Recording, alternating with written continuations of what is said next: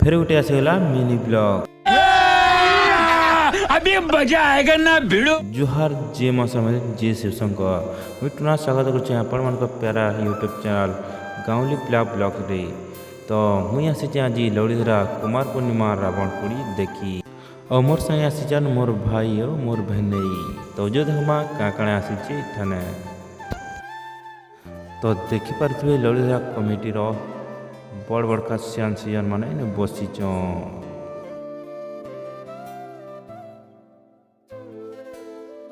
तो देखिपे छुआन को खेलवार केन्ता जिनिस माने आसी।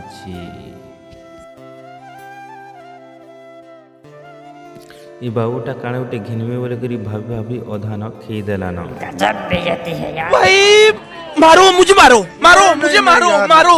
नहीं ये मजाक हो रहा है।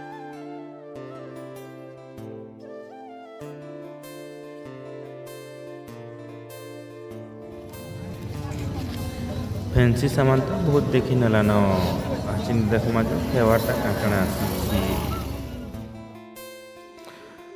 तो यहाँ हूँ मोर काका उठी मंचूरियन घाटुसी घेचेड़ा घेचेड़ा घेचेड़ा घेचेड़ा।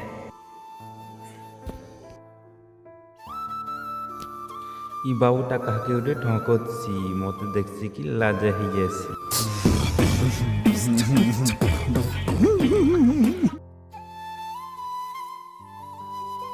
तो देखिबार तो ठनेका अच्छे राम भगवान का मंडप